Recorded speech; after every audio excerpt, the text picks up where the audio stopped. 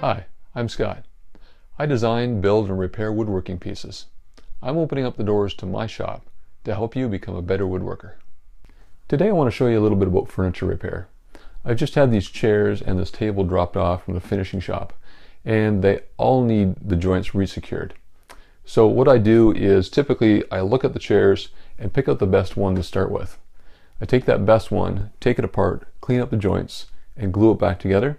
And that teaches me how the chair joinery is working for the rest of the chairs. That way when I get into the more complex repairs, I understand how it goes together and how I need to fix it. Let me show you how the first one comes apart and goes back together. Here you can see that the chair is loose at the top, just wiggling this piece right here. And someone's actually driven a nail in, and there's some glue residue around here, which leads me to think someone probably just nailed this, put some glue around the outside edge and hope for the best, but obviously that didn't work. Further down the leg here, you'll see that there are some screws that attach the leg to the spindles. Not original work. Again, someone's tried to repair this, but didn't do a very good job. So I'm going to take this all apart and then glue it back together. What I normally do is check the back of the chair to see if it's loose, and this one is. So what I need to do before I can take the back off is take the legs off. So I'll start there. I start by putting padding on the workbench surface and the front, and then I can turn the chair upside down and not have to worry about any damage to the surfaces. I use a spreader clamp and first try and lift these parts of the leg out. Sometimes they're really stuck, sometimes, oh, you see that one's loose, so this one's coming out. And I start with the front because the back legs are splayed on an angle and they come out afterwards. Sometimes a little bit of jarring helps move the leg.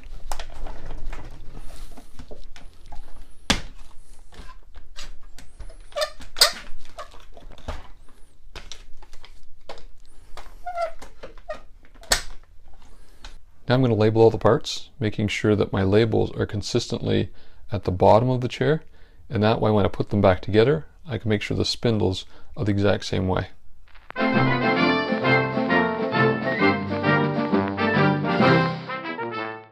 Now that I have everything labeled, I can take it apart. I'll use the spreaders again for that.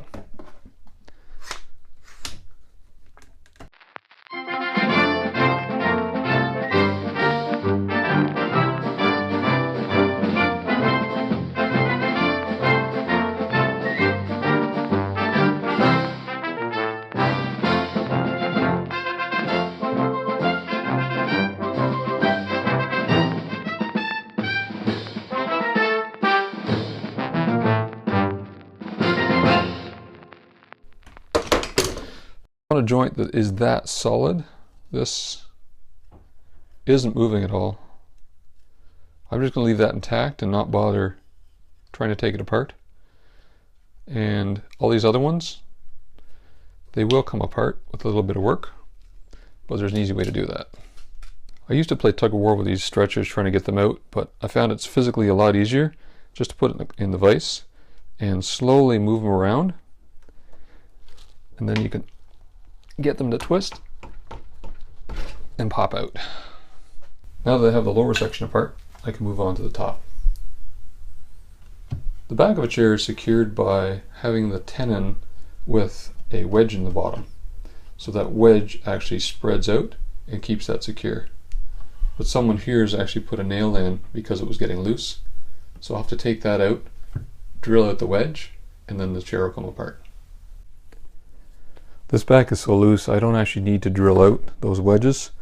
I just drive this through and it's coming right off.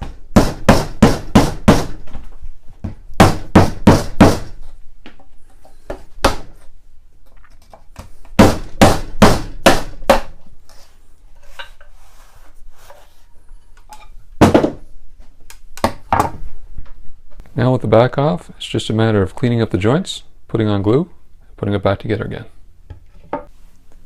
Cleaning off a tenon and even a mortise is important because there could be old glue in here. In this case, there's a lot of dirt. There could also be finish on here. You need to expose new wood there so that we've got a really good surface for the glue to adhere. Once it's all cleaned out and glue's applied to both the mortise and tenon and put together, we're going to have a rock solid joint. There's two ways to do this. One is to take a small strip of sandpaper and sand it off. Actually bend it around and give it a twist. Or I prefer a faster method.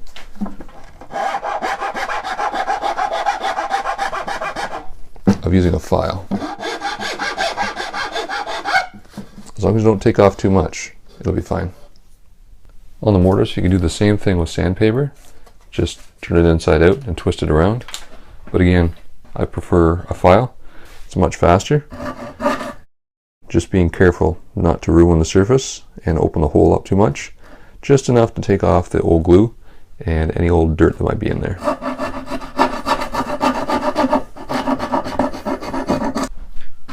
Here's what I do for glue ups. I start with the mortises. Put glue in each mortise. And then I use an artist brush. Nothing but an artist brush. I've tried different tools. Nothing works as well to get right in there and coat the full inside of that mortise. I've seen guys use silicone brushes, but they just don't seem to work that well for small tight spaces like this.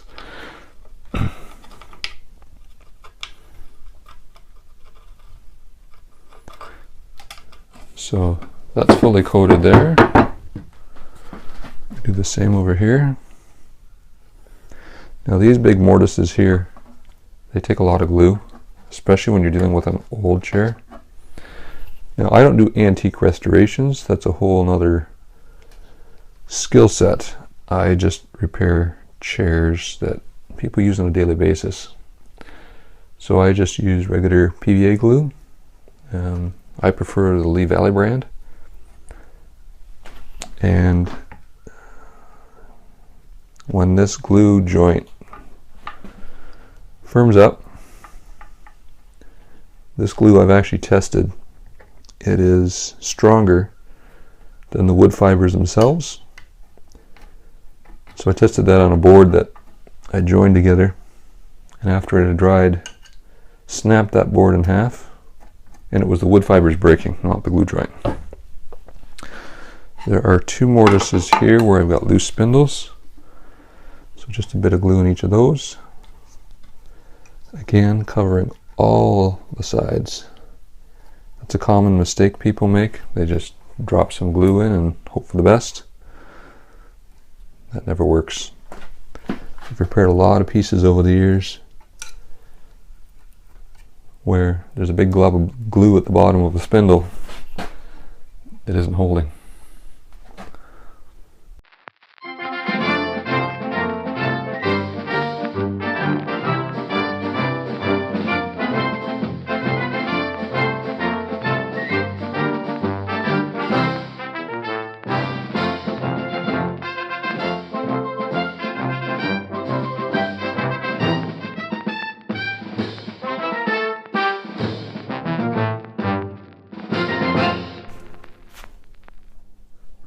So once I've got this seated well, it's good here, not here, then I go through here and put the wedges in.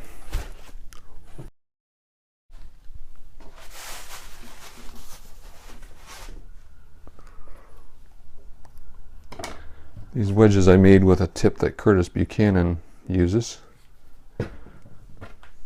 Just using a chisel. And he only glues one side. That way if there's wood expansion, the joint doesn't come apart. Sounds like a good idea.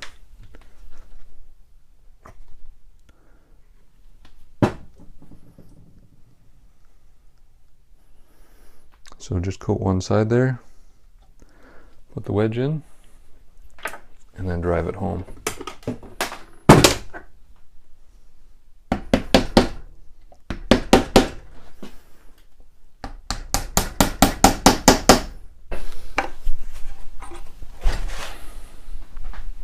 And it's just a matter of cleaning up the glue. So I'm ready to assemble here. What I've done is put all the legs in the right spot. And what I like to do is put the front together first and the back together, and then I do the sides. So I'll show you how I do that. I start out by putting glue in the mortises, using an artist brush to get every part of that surface covered in glue.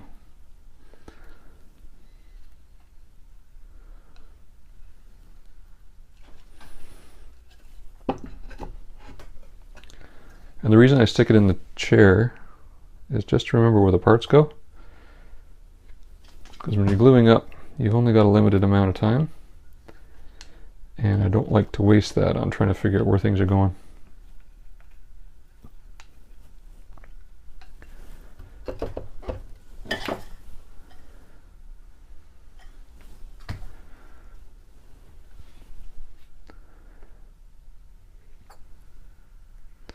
So here I'm putting glue on the tenons. I go a little light on the tenons so I don't have too much squeeze out. And I go heavy on the mortises so that if there is a little extra glue, it's just getting pushed to the back of the hole.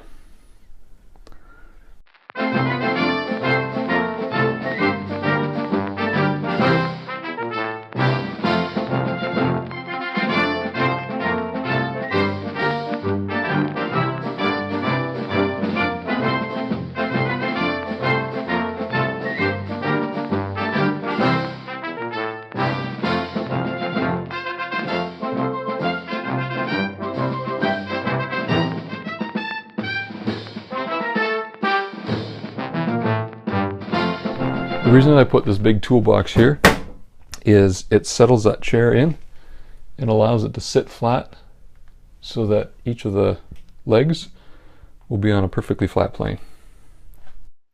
To fix a chair, here are the keys to success. Label all the parts first so you know where they go. Then go ahead and take apart all the loose joints. Clean off the joints to make sure that the glue will stick properly. And then glue the pieces together using an artist brush to make sure you get glue on all those surfaces. And lastly, place something heavy on the seat so you get level legs. If you're looking for more chair repair tips, you'll want to watch my next video, Chair Repair Secrets. In that, I cover off loose parts and how to put them together, fixing and reinforcing parts, as well as clamping techniques. I'll also show you a little bit more about my favorite artist brush. Until then, please subscribe, and please share this video with someone you think would enjoy learning from it. Thank you.